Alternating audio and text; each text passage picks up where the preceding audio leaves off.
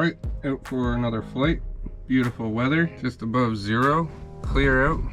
We got our nav drone operation allowed. Flight starts in 5 minutes. We're gonna do a little pre-flight survey checklist thinger. I got it all written down. It's a lot better this time. I brought my pen. I'm not gonna do this for every site, but this one we'll quickly go over. Pilot in command, that's me.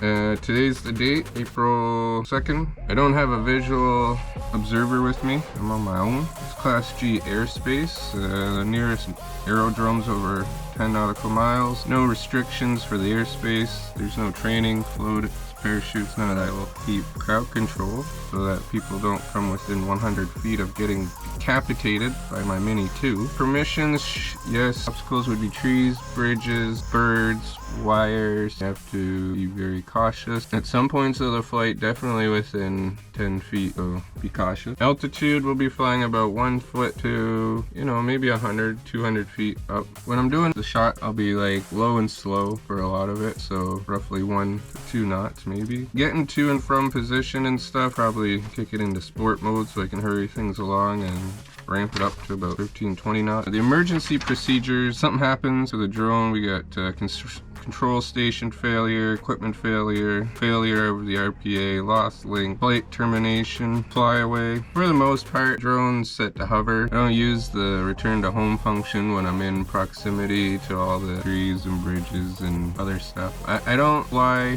far enough away from myself that I can't get to the drone within a minute, and I'm always keeping an eye on it. So if it does do a flyaway, I keep an eye on it. I also have GPS locating on it at all times, so if it does fly away and I lose visual line of sight, I keep an eye on it on the GPS system, the map that comes with the app. Very efficient. In the event that I land in the water, I will go and get it. The water is rarely deep enough that I'm unable to get to it, and it's more valuable for me to keep the drone than to let nature keep the drone. I do fly low and slow over the water because the drone that I use has sensors on the bottom.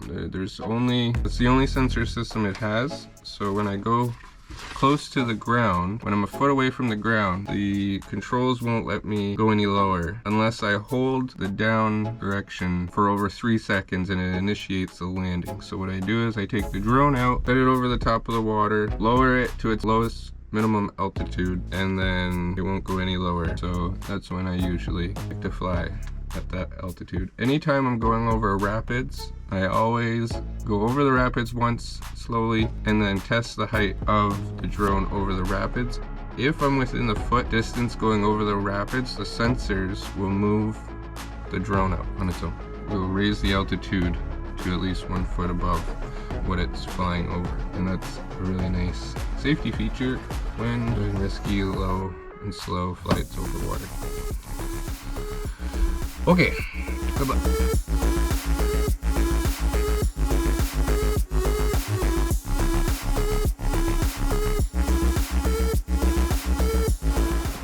Alright, beautiful spot. Been here a lot, that's for sure.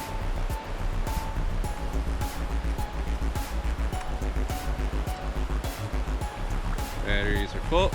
Batteries are 3/4. Alright, just waiting for the GPS. Home point's been updated.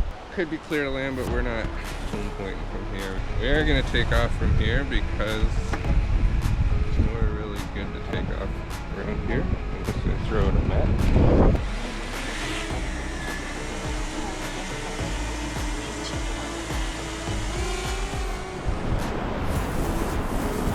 So we're going to do a little demonstration of the drone sensors over here in the near shallow water, just in case I have to go for a little polar dip at this point.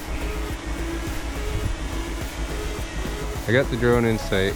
It's not the most amazing quality picture, but see, if I go up and down, it will maneuver left, right, right, left, right, up, down.